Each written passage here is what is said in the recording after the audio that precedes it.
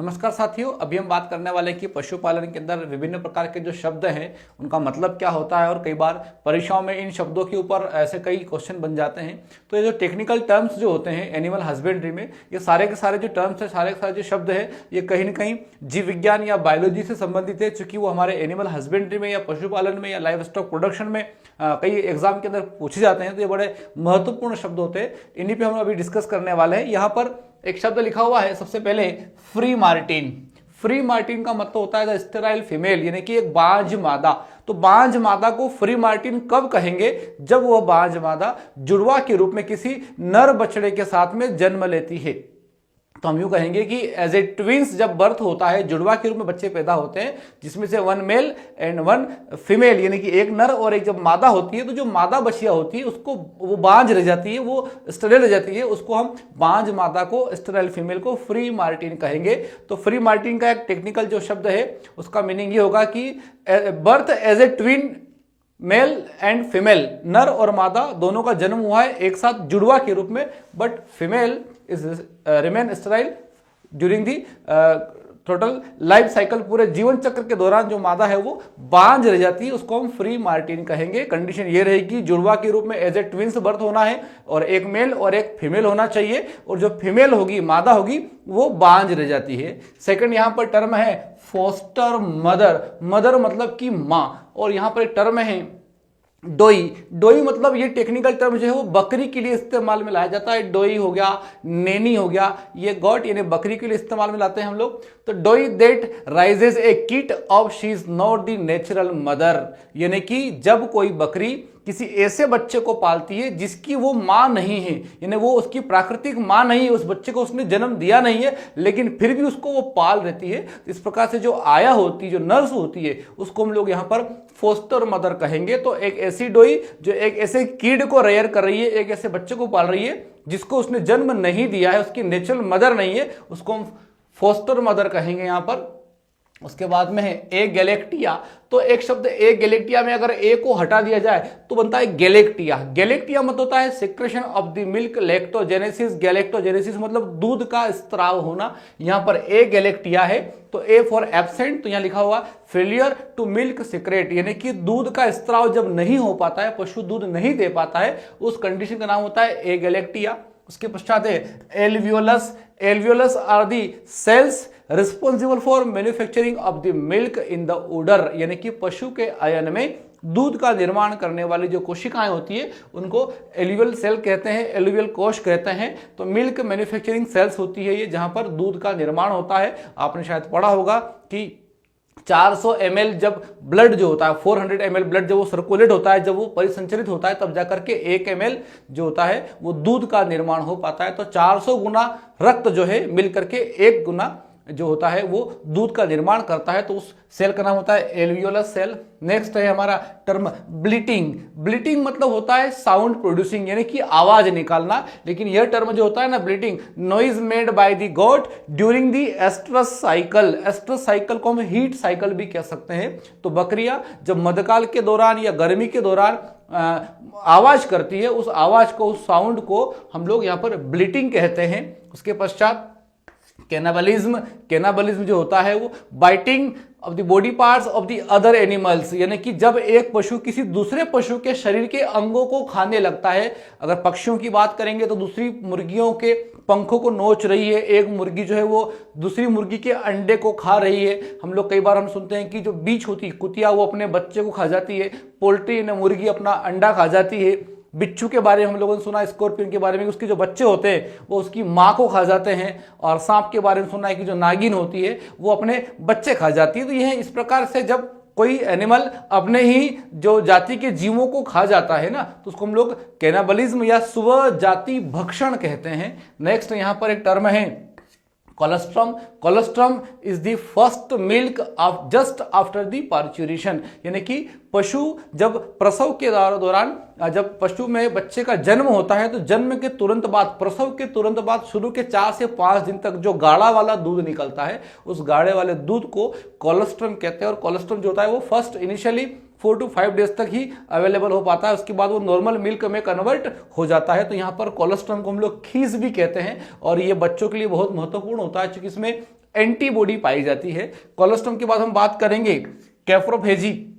यहाँ पर फेजी का एक मीनिंग होता है, फेजी मतलब ईटिंग यानी कि खाना, और कैप्रोफेजी का मीनिंग होता है इंजेक्शन ऑफ द ओवन फेसियस, यानी कोई जानवर, कोई एनिमल जब खुद की ही विष्ठा, खुद के ही मल को खा जाता है तब उसको हम कैप्रोफेजी कहते हैं। तो यहाँ पर इंजेक्शन ऑफ द ओवन फेसियस, और ये स्पेशली होता है रैबिट यानी कि खरगोश के अंदर, और खरगोश अपना खुद ही अपना मल खा जाता है, उसको हम लोग कैप्रोफेजी या विष्ठा भोजी भी कह सकते हैं। फिर बात करेंगे यहाँ पर क्रिप्टोकाइटिज्म। क्रिप्टोकाइटिज्म एक कंडीशन है जिसमें स्टेरिलिटी यानी कि बांझपन आ जाता है, लेकिन ये क्रिप्टोकाइटिज्म कंडीशन जो होती है ये बुल यानी कि सांड के लिए होती है, और उसमें हम ये कह सकते हैं कि the undescended condition of the testis, यानी सांड के अंदर जो वृषण होता है, जो टेस्टिस होता है, उसकी अनडिसेंडेड कंडीशन, या जब वो वृषण कोश के ऊपर चढ़ जाता है या बॉडी के अंदर ही रह जाता है, बॉडी से दूर नहीं रह पाता, इस कंडीशन में पशु जो है वो बांझ रह जाता है। तो ये सांड के अंदर बांझपन के लिए स्टेरिलिटी ऑफ द बुल, उसकी वजह से ये एक टर्म दिया है क्रिप्टोक्रिटिज्म। और लास्ट में एक शब्द है कलिंग। कलिंग में CULL, कल मतलब होता है कि रिमूव कर देना, हटा देना।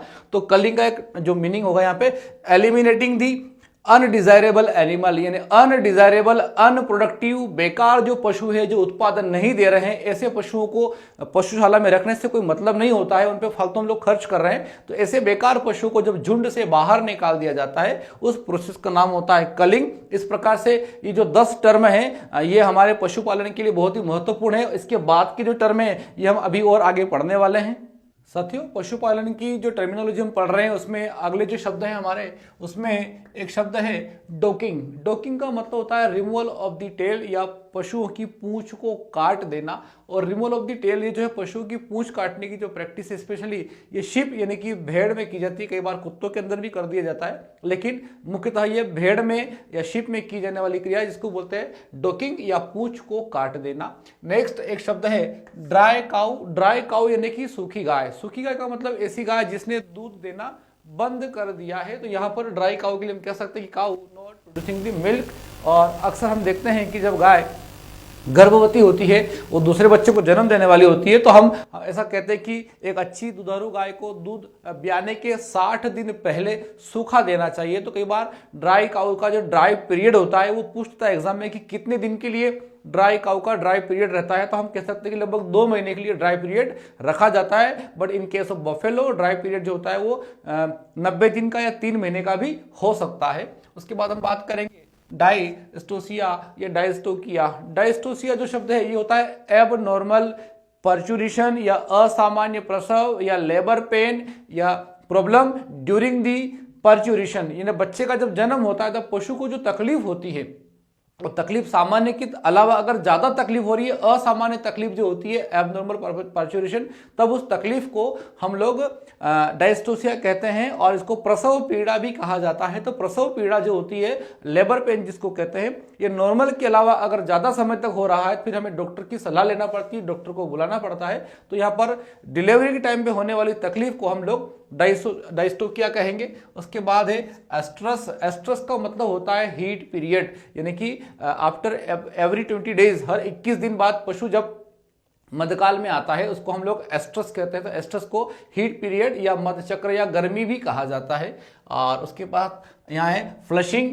फ्लशिंग जो है ये स्पेशली शीप यानी भेड़ में किया जाता है। और यहाँ पर फ्लशिंग का मतलब होता है extra feeding to the female, specially in you मतलब होता है फीमेल शिप या मादा भेड़। और ये काय के लिए किया जाता है, यहाँ होगा टू गेट दी ट्विंस या increase the chances of the twins, यानी कि जुड़वा बच्चे प्राप्त करने के लिए उनको जब एक्स्ट्रा दाना, एक्स्ट्रा आहार दिया जाता है उसको फ्लशिंग कहते हैं। और ये जो फ्लशिंग होता है ये ब्रीडिंग सीजन में यानी प्रजनन के मौसम में भेड़ों को खिलाया जाता है ताकि उनमें जुड़वा बच्चे प्राप्त किए जा सके। नेक्स्ट है यहाँ पर इन विट्रो। इन विट्रो मतलब होता है with in the artificial environment, इसको हम टेस्ट ट्यूब भी कह सकते हैं। तो जब हम कृत्रिम तरीके से लेबोरेटरी के अंदर टेस्ट ट्यूब के अंदर किसी बच्चे का जन्म करवाते हैं, बच्चे को डेवलप करने के लिए टेस्ट ट्यूब का सहारा लेते हैं, तो उस कृत्रिम अवस्था को, आर्टिफिशियल इन्वायरमेंट जो हमने क्रिएट किया है उसको इन विट्रो कहते हैं। और यहाँ पर एग्जाम में क्वेश्चन आता है कि भेड़ की वो कौन सी नस्ल है जो इन विट्रो के द्वारा तैयार की गई है।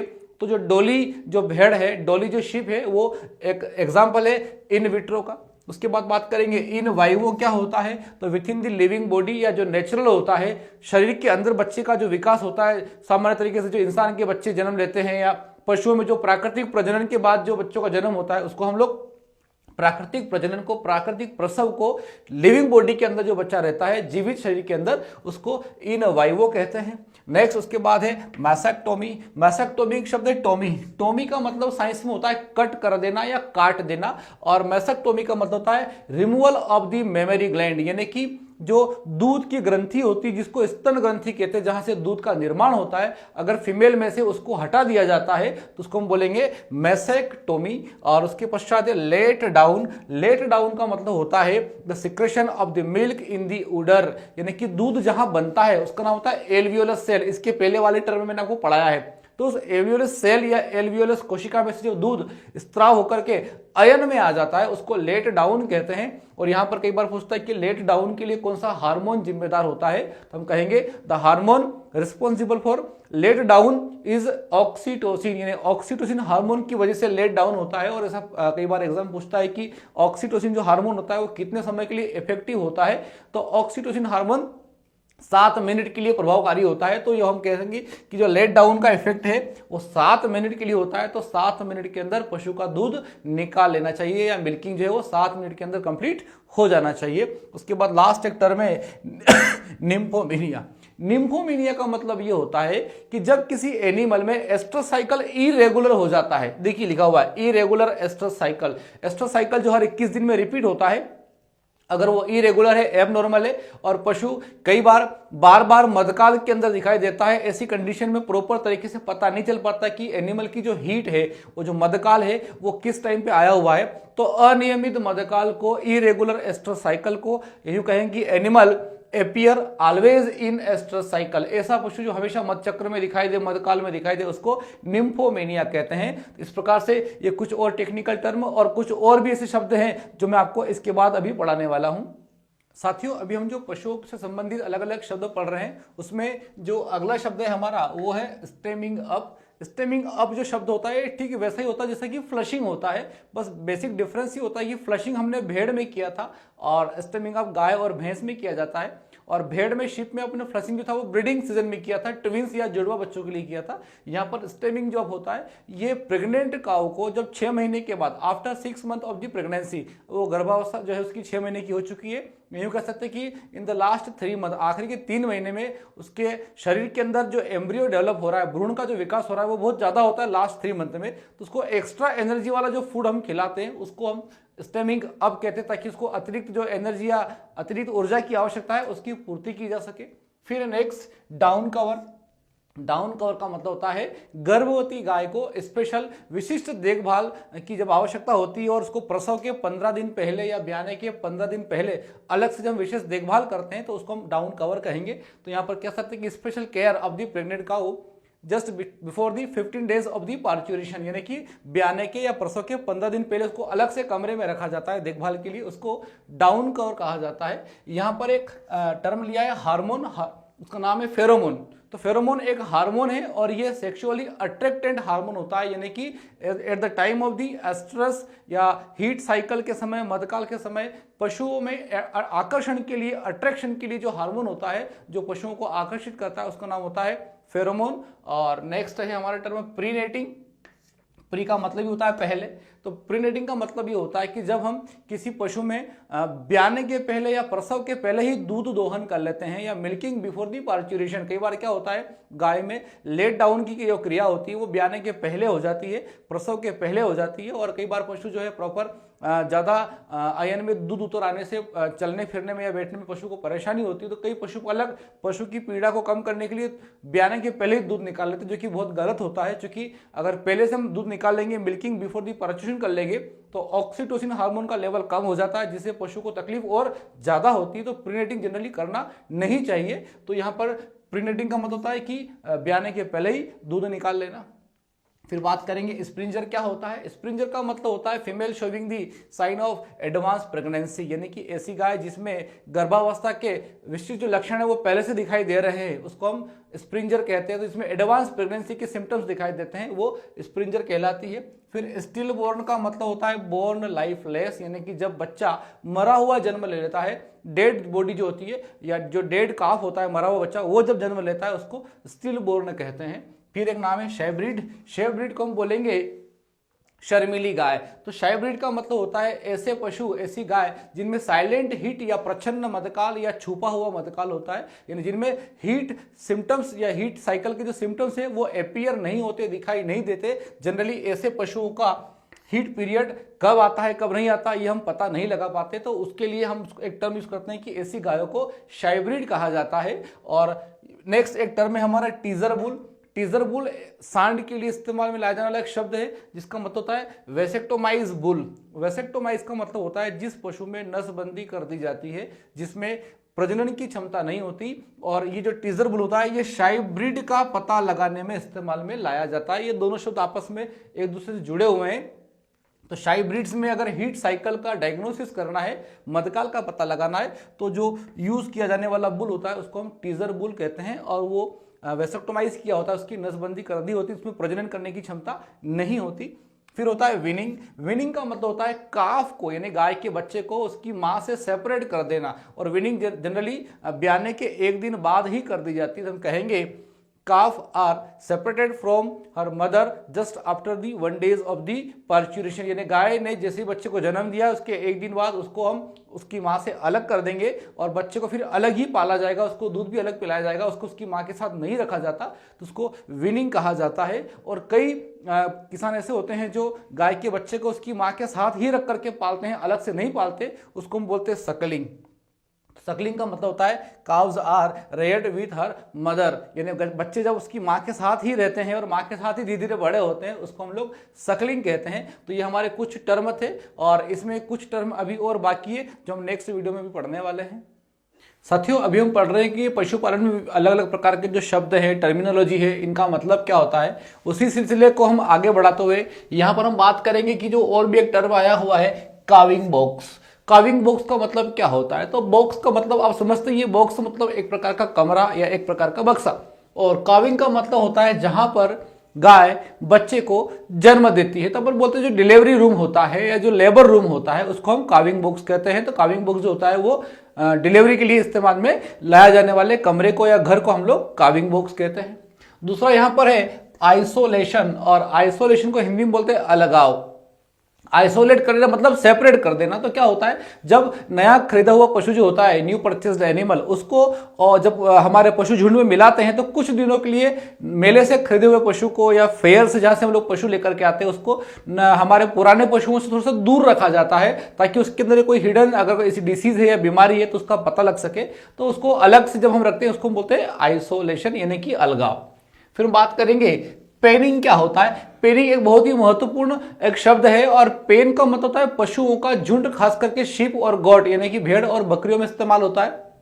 तो कई बार फार्मर के खेत पे भेड़ और बकरियों के झुंड को नाइट स्टे यानी रात्रि में खेत पे उनको ठहराया जाता है, ताकि रात के अंदर जब वो खेत में रुके रहेंगे तो उनको जो भी उनका जो मल मूत्र होगा, उनका यूरिन वगैरह जो खेत में रुकेगा और खेत में अगर उनका यूरिन मिक्स हो रहा है तो इस बहाने खेत में एनपीके की मात्रा बढ़ जाती है। तो the fertility of the soil is improved, हम ये कह सकते हैं कि उर्वरता को बढ़ाने के लिए भेड़ और बकरियों की झुंड को जब खेत में ठहराया जाता है रात में तो उस नाइट स्टे को हम बोलेंगे पेनिंग।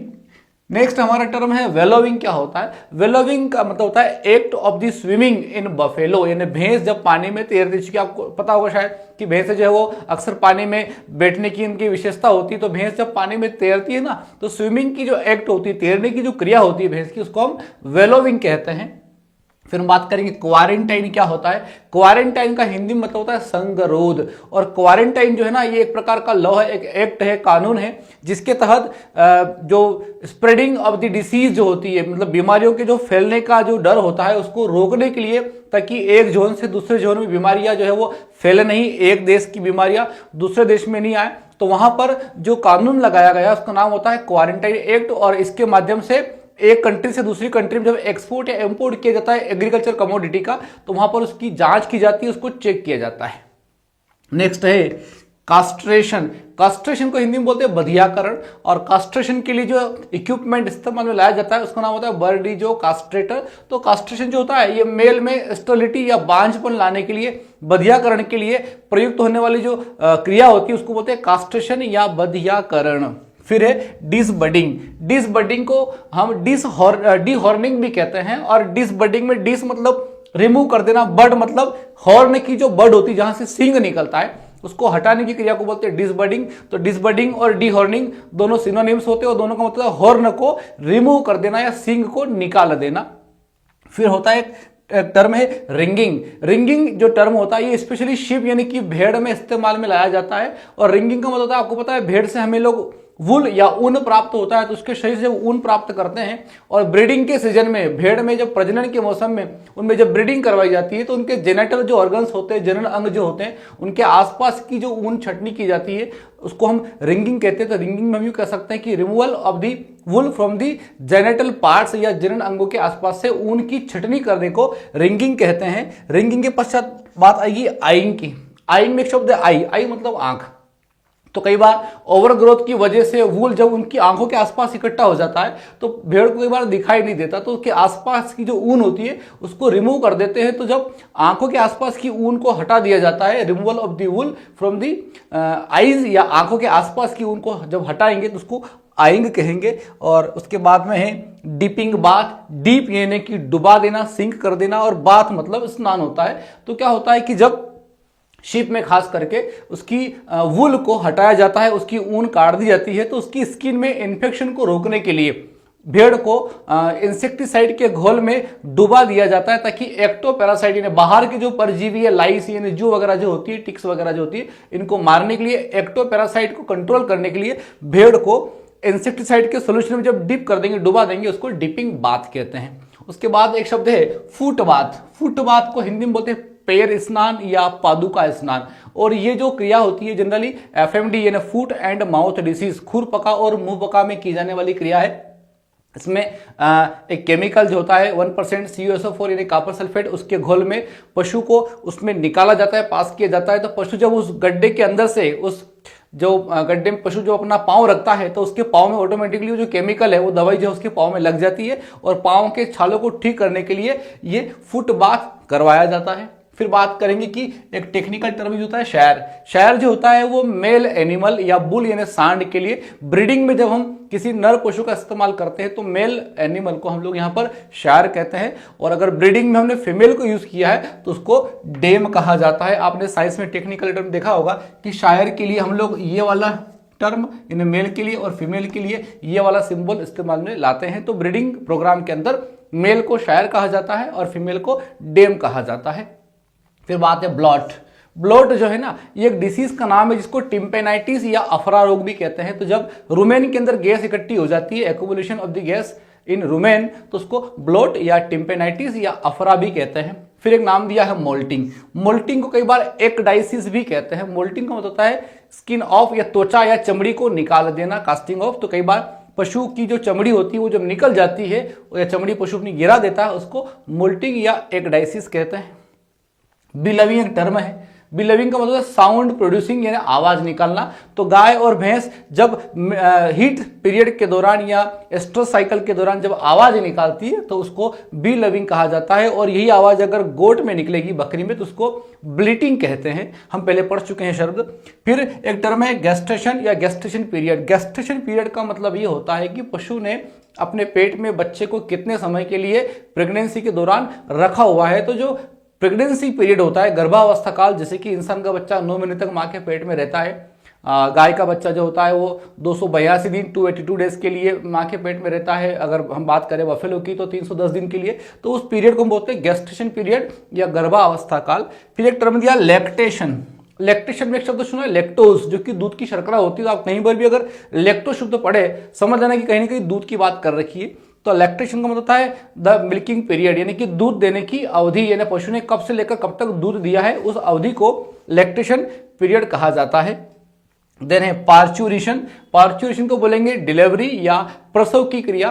तो the act of the giving birth, बच्चे को जन्म देने की जो क्रिया होती है, प्रसव की जो क्रिया होती है, इसमें बच्चे का जन्म होता है, फिटस जो होता है वो बॉडी से बाहर आता है, उसको पार्चुरेशन या प्रसव कहा जाता है। और लास्ट में है कास्टिंग। कास्टिंग का मतलब होता है कि पशु को जमीन पर गिराना या falling down of the animal. पशु के कई बार उसके पैर में ट्रीटमेंट देना होता है, तो कई प्रकार की जब ट्रीटमेंट के लिए, उपचार के लिए, दवाई देने के लिए पशु को कंट्रोल किया जाता है एनिमल को, तो रस्सी के माध्यम से उसको उसके पैर को बांध करके जमीन पर लिटाया जाता है, उसको हम लोग कास्टिंग कहते हैं। तो इस प्रकार से ये कुछ टर्म थे हमारे एनिमल हस्बेंड्री के। और मैं उम्मीद करता हूं कि जो शब्द मैंने आपको, लगभग 50 ऐसे शब्द हैं जो टेक्निकल टर्म जो हमारे एग्जाम के अंदर पूछे जाते हैं, इनका मीनिंग जो है अक्सर पूछा जाता है, तो ये आपको समझ में आया होगा। और इस प्रकार के और भी अन्य वीडियो के लिए आप लोग हमारे साथ बने रहिए। और जो हमारा चैनल है एपिकल एग्री एकेडमी, उसको आप सब्सक्राइब कीजिए और हमारे लाइक्स जो है वो आप बढ़ाते रहिए। और भी किसी प्रकार की समस्या के लिए आप लोग कमेंट बॉक्स में अपनी समस्या लिख सकते हैं, और आप किस प्रकार की वीडियो हमसे चाहते हैं ये अगर आप बताएंगे, हमारे कॉन्टैक्ट नंबर जो स्क्रीन पर दे रखे हैं आप उस पर भी संपर्क कर सकते हैं। और हम उम्मीद करते हैं कि एग्रीकल्चर के लिए जो हम लोग सीरीज लेकर के आए हैं, काफ़ी बच्चों के हमारे पास में फ़ोन आ रहे हैं कि सर आप हमारे लिए और भी ऐसी वीडियो अवेलेबल करवाइए। तो हमारा ये प्रयास रहेगा कि एग्रीकल्चर के मैक्सिमम जो टॉपिक है उसके वीडियो आपके लिए अवेलेबल हम लोग करवाएं। बहुत बहुत धन्यवाद।